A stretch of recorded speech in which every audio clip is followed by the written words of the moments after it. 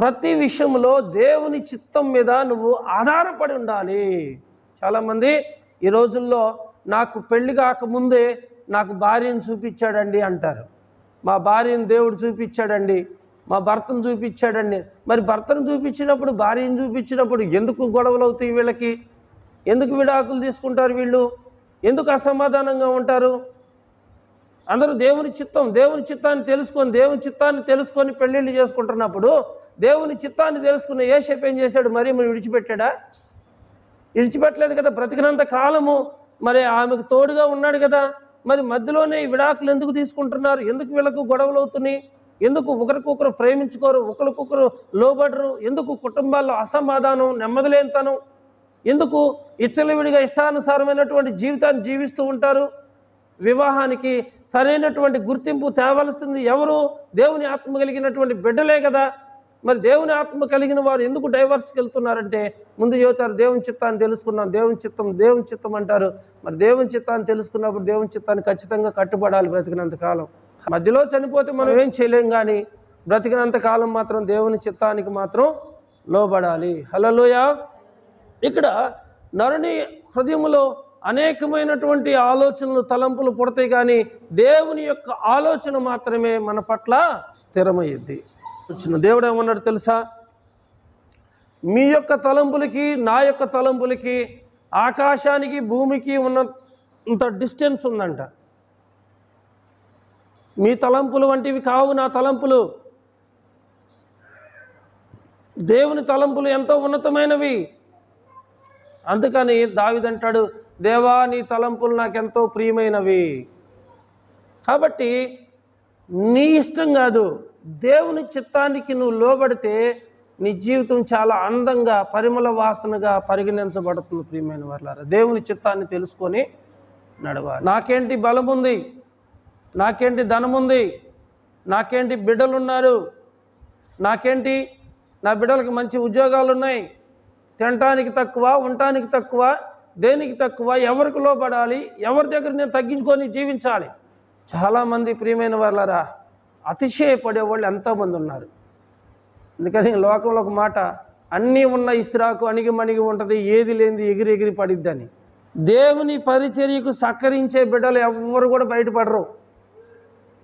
ఒకవేళ వాళ్ళ గురించి చెప్తామన్నా ఒప్పుకోరు. ఎందుకో తెలుసా? నీ కుడి చేతితో చేసేది నీ ఎడమ చేతికి కూడా తెలియకూడదని ప్రభు అన్నాడు. అది భక్తి చేయటం అంటే. నీ కుడి చేతితో చేసేది నీ ఎడమ చేతికి కూడా తెలియకూడదు. నీ ముందర బూర ఊదించుకోవద్దు, మైకులో చెప్పించుకోవద్దు. మనుషులు ఏదో నిన్ను పొగుడతారని, మనుషులు గొప్ప కోసము. ఈ మధ్యకాలంలో ఒక అతనికి 8 సంవత్సరాలుగా పెళ్ళయింది, పిల్లలు లేరు. ఆ టీవీలో కొన్నాళ్ళు వాక్యం చెబుతున్నప్పుడు నన్ను చూశాడు. టీవీలో చూసి ఫోన్ చేశాడు ఆ బ్రదరు, అన్నా నాకు సంతానం లేదు, మీరు మా ఇంటికి వచ్చి ప్రార్థన చేయండి అంటే, వాళ్ళ ఊరేదో కనుక్కొని వెళ్ళి ప్రార్థన చేసి వచ్చా. ప్రార్థన చేసి వస్తే దేవుడు కొడుకుని ఇచ్చాడు. ఆ పిల్లోడికి కొడుకుని ఇస్తే ఆ కొడుకుకి 6వ నెల అన్నప్రాసన కార్యక్రమం ఉంటుంది కదా, 1000 మందికి భోజనాలు పెట్టుకున్నాడు. చాలా పేదోడు, సరైనటువంటి ఇల్లు కూడా లేదు, అదేదో పూరిల్లు లాగా ఉంది. 1000 మందికి భోజనాలు పెట్టుకున్నాడు. నన్ను పిలిచి వాక్యం చెప్పించుకున్నాడు. నాకేం చెప్పాడంటే, అన్న 1,00,000 రూపాయలు అప్పు చేసి ఫంక్షన్ చేశాను. ఎందుకు అంత అవసరమా? 8 సంవత్సరాలకు సంతానం లేకపోతే దేవునికి సంతానం ఇస్తే దేవుని పని జరగాలి, నీ గొప్పల కోసం కాదు. చాలామంది చేసే వ్యర్థమైన పని ఏంటంటే అనవసరమైన వాటికి ఖర్చు పెట్టి, అతని వల్ల కొంతమంది అయినా దేవుని వాక్యం వినే మార్గం చూడాలన్నమాట. భోజనం పెట్టాలి, ఎందుకంటే మన స్థాయిని బట్టి పెట్టాలి. ఒకరోజు పెరంగిపురంలో నేను నిలబడి ఒక టీ స్టాల్ దగ్గర టీ తాగుతూ ఉన్నానండి. వాళ్ళ కొడుకు పుట్టినరోజు కంట చెబుతున్నాడు, ఆయన 1,50,000 ఖర్చు పెట్టానండి అన్నాడు. అంటే నేను పాస్టర్ గారిని కాస్త వాళ్ళ మాటలను బట్టి అర్థమైంది కదా.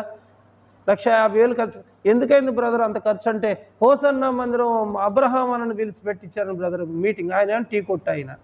ఇక్కడ ఆ రోజుల్లో యేసు ప్రభుని కూడా చాలామంది భోజనానికి రమ్మని పిలుస్తూ ఉండేవాళ్ళు. అంటే యేసయ్య రావాలని కాదు, వీళ్ళ గొప్పలు చూపించుకోవడానికి, జనం వీళ్ళ గొప్పలు జనం చూడటం కోసం, గొప్పల కోసం అప్పులు చేసి సమస్యలు నెత్తి మీద పెట్టుకుంటున్నారన్నమాట. దేనికి ఖర్చు పెట్టాలో తెలియదు, ఎప్పుడు ఏం మాట్లాడాలో తెలియదు, ఆలోచన లేదు. నీకు వచ్చిన తలంపులన్నీ దేవుని చిత్తమని నువ్వు అనుకుంటే అది నీ భ్రమ. దేవుని చిత్తమో కాదో 1కి 4 సార్లు ఆలోచించి దేవుని చిత్తాన్ని తెలుసుకొని ఈ 10 రూపాయలు ఖర్చు పెట్టాలి. మాట దేవుని మందిరానికి ఇవ్వాలని నాకు అనిపించింది అనుకో, ఇక నాకు తిండి ఉండదు, నిద్ర ఉండదు, నాకు ఇచ్చేంత మటుకు. అర్థమవుతుందా? అలాగే దేవుడు మాట్లాడాడంటే ఎంత దూరమైనా వెళ్ళిపోయి అవి మనం చేయాలనిపించేసేసిద్ది అన్నమాట. వాళ్ళే మన దగ్గర రావాలని కాదు, మనమే వెళ్ళి వాళ్ళకి ఎక్కడున్నారు ఎత్తుక్కుంటూ మరి ఇచ్చే పరిస్థితి వచ్చింది దేవుడు ఖచ్చితంగా మాట్లాడితే. ఒక మాట చెబుతున్నాను, దేవుని చిత్తానుసారంగానే మీరు మీ కష్టార్జితాన్ని ఖర్చు పెట్టాలి, కానీ అనవసరమైన వాటికి మాత్రం ఖర్చు పెట్టుకుంటే మాత్రం దేవునికి లెక్క అప్పచెప్పాల్సి వచ్చింది. నీ ఆయుష్ని గురించి లెక్క చెప్పాలి, నీ డబ్బుని గురించి కూడా దేవునికి లెక్క చెప్పాలన్నమాట. కాబట్టి రేపటి దినమును గురించి అతిశయపడవద్దు. ఏ దినమున ఏది సంభవించునో అది నీకు తెలీదు. మరి ఏ దినమున ఏది సంభవించుద్దో నీకు తెలియనప్పుడు మరి నువ్వెందుకు అతిశయిస్తావు? మనము ఎప్పుడైనా సరే గొప్పలకు పోతే మాత్రం సమస్యలకు మాత్రం క్రియేట్ చేసుకుంటాం. ఎలిజబెత్, జకర్యా వీరిరువురు కూడా దేవుని సేవ చేస్తారు. వాళ్ళకు వృద్ధాప్యం వచ్చేసింది, ముసలితనం వచ్చేసింది, వారికి సంతానం లేదు. వారికి వృద్ధాప్యంలో ఉన్నప్పుడు దేవుడు సంతానం ఇచ్చాడు. అయితే దేవుడు నన్ను కటాక్షించాడు అనుకొని ఆమె ఏం చేసింది, ఊరు మొత్తానికి వెళ్ళి చెప్పిందా? 5 నెలల పాటు ఇతరుల కంట పడలేదండి. మనం చేసుకునే కొన్ని పొరపాట్లు కూడా ఎవరికి ఏమంటాం, దేవుడు ఇచ్చాడు దేవుడు తీసుకున్నాడు అంటాం. దేవుడు ఇచ్చినప్పుడు చాలా జాగ్రత్తగా ఉంచుకోవాలి. కొంతమంది డబ్బులు జనం దగ్గర చూపిస్తూ ఉంటారు, డబ్బులు జనం దగ్గర లెక్కిస్తూ ఉంటారు. మరి తెలిసి చేస్తారో తెలియక చేస్తారో తెలియదు. హిజ్కియాను దేవుడు స్వస్థపరిచిన తర్వాత వేరే దేశం నుంచి కొంతమంది వస్తే హిజ్కియా తన ధనాగారం అంతటిని కూడా ఏది మరుగు చేయకుండా మొత్తం చూపించేసేసాడంట. వెండి బంగారాలు తన ధనాగారం మొత్తం చూపించాడంట. ఎవడు బయట నుంచి ఎవడో వచ్చాడు, ఈయన గొప్పల కోసం మొత్తం తలుపులను తీసి చూపించాడు. యెషయా ప్రవక్త వెళ్ళాడు, హిజ్కియా ఎక్కడి నుంచి వచ్చారు? చాలా దూరం నుంచి వచ్చారు. వాళ్ళు ఏం చూశారు? ఏది మరుగు చేయకుండా అంతా చూపించారంటే కొద్ది రోజులకి నువ్వు వాళ్ళని చూపించావుగా, నీ ధనాగారం మొత్తం వాళ్ళు కొల్లగొట్టుకొని వాళ్ళ దేశాన్ని తీసుకెళ్ళిపోతారు. నీ దగ్గర ఏముండదు.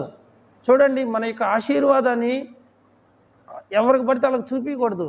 చూపిస్తే నష్టపోతాం. దేవుడు వీలైనంత మటుకు నీకు ఇచ్చిన దాన్ని దాచిపెట్టుకుంటా ఉండు. నీకు జ్ఞానం ఇచ్చాడా, దాచిపెట్టుకో. డబ్బు ఇచ్చాడా, దాచిపెట్టుకో. బంగారం ఇచ్చాడా, దాచిపెట్టుకో. ఉందని ఊరక ప్రదక్షించకూడదు అన్నమాట. మనం ప్రదక్షిణ చేయకూడదు. గొప్పలు చెప్పుకుంటూ మీ డంబములు యందు అతిశిస్తారు. శరీరాశ, నేత్రాశ, జీవడమ్మ ఇవన్నీ సైతాను వల్ల వచ్చినాయి, కానీ దేవుని నుండి పుట్టినవి కావు. సైతాను పట్టితే ఉప్పొంగుతాం, విర్రవీగుతాం, అతిశయపడతాం, డంబంగా ప్రవర్తిస్తాం అన్నమాట. అందుకని నాశనానికి ముందు గర్వం నడిచిద్దంట. ఎవరికైనా నాశనం ఉంది అంటే వాడికి నోటమ్మటి ఏం మాటలు వస్తాయి? నిన్ను కొనేస్తా, నీ ఊరిని కొనేస్తా, నీ మొత్తాన్ని కొనేస్తానంటారు ఇక వాళ్ళు. కాబట్టి ఇప్పుడైతే మీ డంబముల యందు మీరు అతిశయపడుతున్నారు. ఇప్పుడైతే మీ డంబముల యందు మీరు అతిశయపడుతున్నారు. మీకు కలిగింది చూపిస్తేనే కదా మీకు డంబం వచ్చేది, అతిశయపడేది. ఏ దినమున ఏం సంభవించినో మీకు తెలీదు. కాబట్టి ప్రభు చిత్తాన్ని తెలుసుకొని ప్రభు ఉద్దేశ ప్రకారంగా మనం నడిచేవారుగా ఉండాలని దేవుడు కోరుకుంటున్నాడు. కానీ రేపేమి సంభవించినో మీకు తెలీదు అని యాకోబు అన్నాడు, సొలొమోను కూడా అదే అన్నాడు. కానీ దేవుడంట రేపేమి సంభవించబోతుందో కూడా మనకు తెలియజేస్తాడంట.